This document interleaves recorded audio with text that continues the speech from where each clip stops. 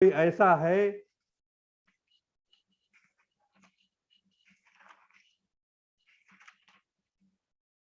جو اپنے مرے ہوئے بھائی کا گوشت کھانا پسند کرے گا؟ یاکل لحم اخیہ میتا فکرہتموہ، دیکھو تم خود اس سے گھن کھاتے ہو. اللہ سے ڈرو، اللہ بڑا توبہ قبول کرنے والا اور رحیم ہے. لوگوں، ہم نے تم کو ایک مرد اور ایک عورت سے پیدا کیا اور پھر تمہاری قومیں برادریاں بنائیں تاکہ تم ایک دوسرے کو پہچانو. تو یہ اردو ترجمہ تھا جو بہت ہی واضح ہے بات کہ کس طرح سے اگر دو گروہ آپس میں لڑ پڑیں تو ان کے درمیان صلح کرائی جائے، اور صلح کرانے کے بعد غیبت نہ کرو.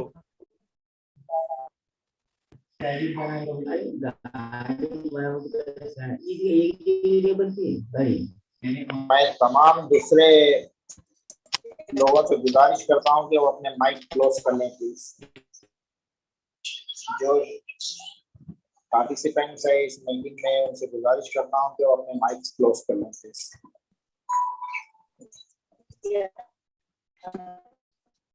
سامعین کرام، میری یہ گزارش ہے کہ سورہ حجرات کا ہم بہت گہرا مطالعہ کریں اور خصوصاً تنظیمی زندگی میں ایک دوسرے کے ساتھ کس طرح سے رہنا چاہیے، اور وہ اس کے اصول جو ہے اس میں ان آیات میں بتائے گئے ہیں. ہمارے حضور صلی اللہ علیہ وسلم اخلاق کے لحاظ سے آپ ایک غیر معمولی مثال ہمیشہ کے لیے ہم سب کے لیے، آخرت تک کے لیے ہم سب کے لیے ایک نمونہ ہیں. ایک مرتبہ ہوا یہ کہ سفر میں تھے، مکہ سے مدینہ جا رہے تھے، راستے میں پڑاؤ ڈالا گیا، خیمہ زن ہوئے اور وہاں کھانے پینے کے اسباب تیار کرنے کے لیے لوگ آپس میں کام کو تقسیم کر لیے. تو رسول اللہ صلی اللہ علیہ وسلم نے اپنے صحابہ سے کہا کہ میں بھی شریک ہوں گا اور جنگل جا کے لکڑی کاٹ کر میں لے آؤں گا. تو صحابہ جو آپ کے وضو کا پانی چہرے سے گرتے رہتا تو وہ جو ہے اس کو ان خطرات کو لے کے اپنے چہروں پہ ملتے تھے. اتنے عاشق رسول تھے وہ کیسے گوارا کرتے کہ آپ جو ہے جنگل کو جا کر لکڑیاں کاٹ کر لے آئیں. لیکن رسول اللہ صلی اللہ علیہ وسلم نے کہا کہ میں نہیں چاہتا کہ میں اپنے دوستوں کے اور صحابہ کے درمیان جو ہے اپنی ایک امتیازی شان پیدا کروں، بلکہ میں چاہتا ہوں کہ سب کے ساتھ میں بھی اپنا کام کروں اور اپنے آپ کو میں کچھ بڑا سمجھ کر پیش نہ کروں. تو یہ ہمارے حضور صلی اللہ علیہ وسلم کی جو مساوات کی جو تعلیمات ہیں، کس طرح سے آپ کے حجۃ الوداع کے موقع پر آپ نے کہا لا فضل للعربی علی العجمی ولا للعجمی علی العربی کلکم ابناء آدم وآدم من تراب ان الدین عند اللہ الاسلام، کہ ہمارے نزدیک ہمارا دین اسلام ہے. اور اسلام کی تعلیمات کیا ہیں کہ نہ عربی کو عجمی پر نہ عجمی کو عربی پر کوئی فضیلت ہے، بلکہ ہر انسان کا اپنا عمل جو ہے وہ اس کو ساتھ لے جاتا ہے. آپ سے میں پہلے بھی شاید عرض کر چکا ہوں کہ کس طرح سے صحابہ میں بعض صحابہ ایسے تھے جو بالکل غلام تھے اور افریقن کنٹری سے آئے، جیسا حضرت بلال حبشی رضی اللہ تعالیٰ عنہ ہیں، حضرت سلمان فارسی رضی اللہ تعالیٰ عنہ ہیں، جیسا حضرت صہیب رومی رضی اللہ تعالیٰ عنہ ہیں. یہ سب غلام تھے اور قریش کے لوگ اپنے آپ کو جو ہے بہت اونچے بلند اور دوسروں کو حقیر سمجھتے تھے.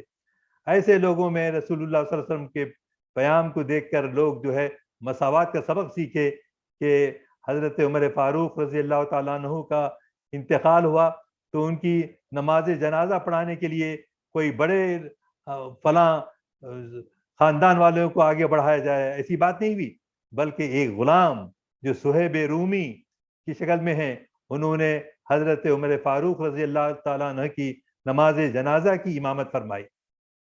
تو آپ دیکھیے کیسا معاشرے کے اندر تبدیلی آئی، کیسے معاشرے کے اندر رسول اللہ صلی اللہ علیہ وسلم نے انقلاب برپا کیا جی۔ اور حضرت اسامہ رضی اللہ تعالیٰ عنہ کو حضور اکرم صلی اللہ علیہ وسلم بہت پسند کرتے تھے، تو انہوں نے حضرت اسامہ کی قیادت میں اللہ کے رسول نے آخری وقت جو ہے ایک فوج لشکر ترتیب دیا، جس کے سپہ سالار حضرت اسامہ کو بنایا جو ایک غلام زادے تھے۔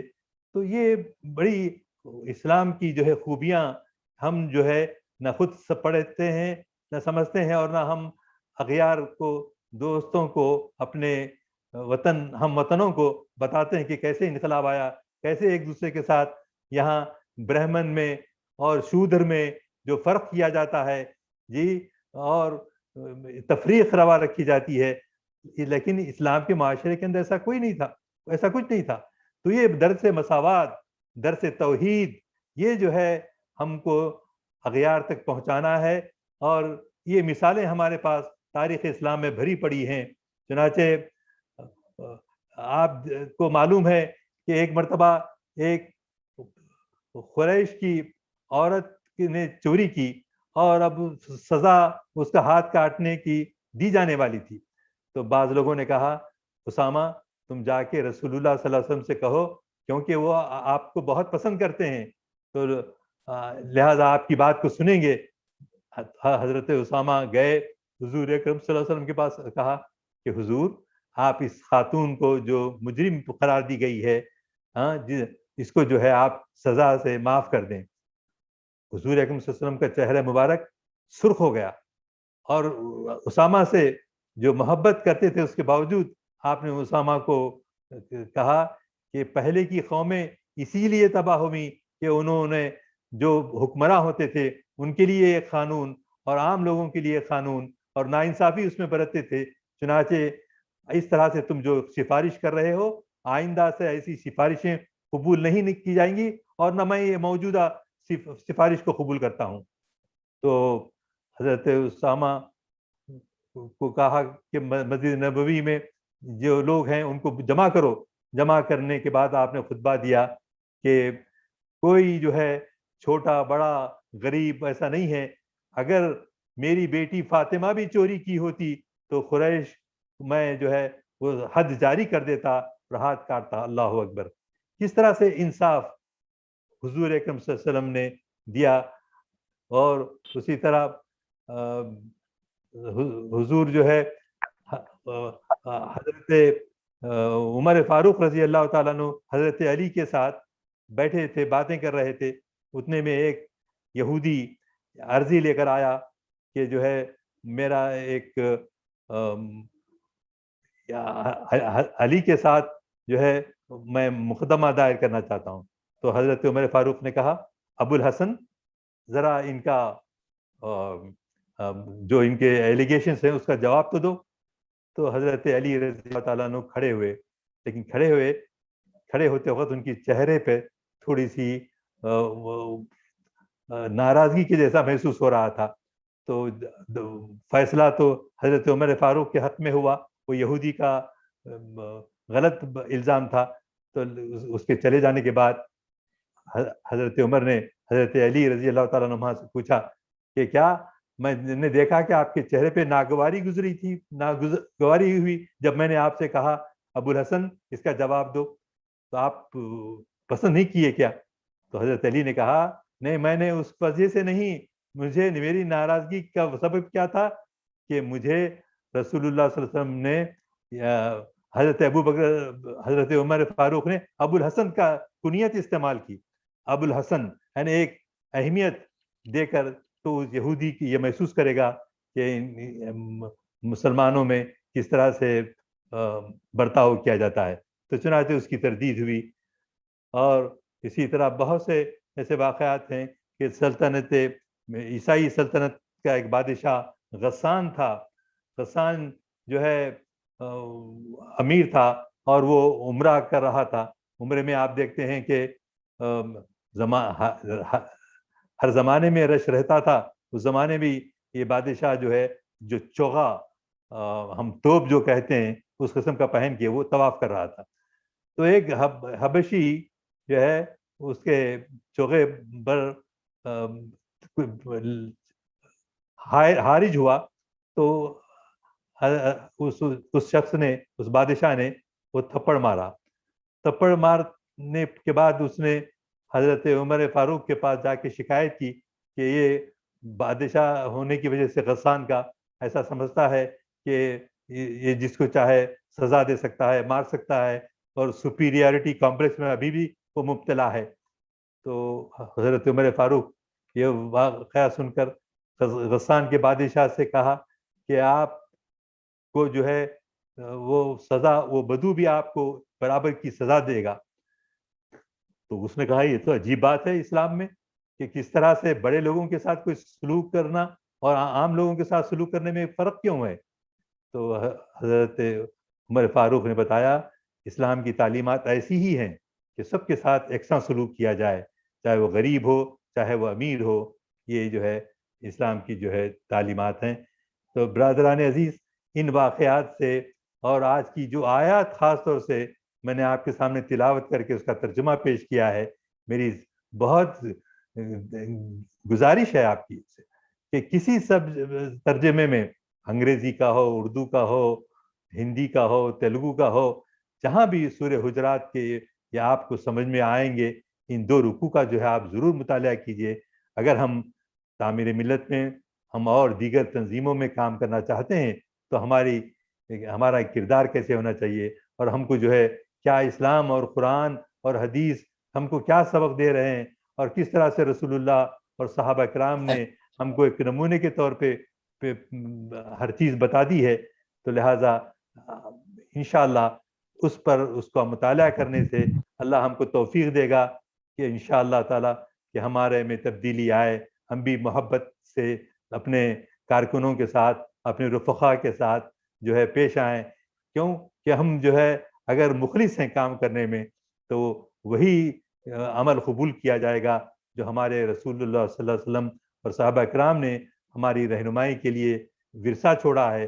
سب کچھ موجود ہے, ہم کو پڑھنے کی ضرورت ہے, عمل کرنے کی ضرورت ہے.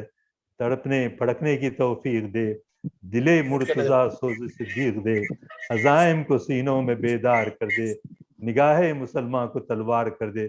وآخر دعوانا ان الحمدللہ رب العالمین.